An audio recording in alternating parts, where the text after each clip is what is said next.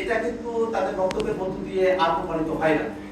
এই কারণে আমরা দেখেছি যে তাদের যদি সৎসাহস থাকতো, তারা গণভোটের রায়ের কথা তারা বলতে পারতেন, তাদের সেই সুযোগটা ছিল, তারা সেটা করেন নাই। এটা আসলে জনগণের সাথে একটা লুকোচুরি করা। জনগণ চেয়েছে সংস্কারের মধ্য দিয়ে বাংলাদেশ রাষ্ট্র কাঠামোর একটা বড় ধরনের পরিবর্তন হবে, সেই পরিবর্তনটা তারা আসলে চান না।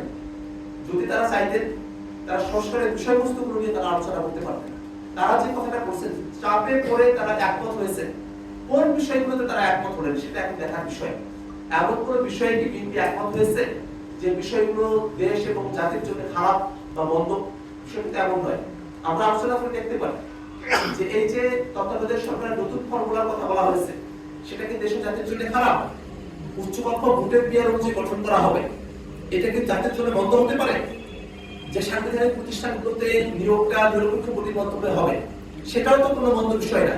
এই প্রত্যেকটা বিষয়ে সংস্কারের যে বিষয়গুলো আছে, সেই বিষয়গুলো দেশ এবং জাতির জন্য ভালো।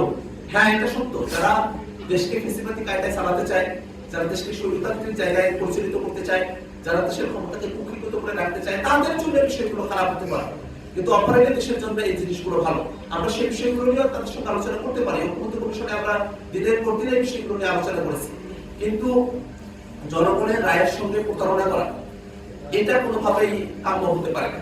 আমরা মনে করি যে সরকার দল, তাদেরও অনেকেই আছে, তাদের সমর্থকেরা যারা গণভোটে হ্যাঁ পক্ষে অবস্থান নিয়েছে। বিএনপি শুধু যে তাদের যারা বিরোধী, যারা বিএনপিকে ভোট দেয় নাই তাদের সঙ্গে প্রতারণা করছে, বিষয়টা এমন নয়।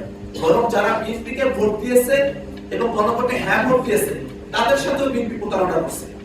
এই যে নিজের অনুসারীদের সঙ্গে প্রতারণা করা, এইটা কোনো একটা দলের জন্য নৈতিক অবস্থান হতে পারে না বলে আমরা মনে করি। শেষ করা যায় না।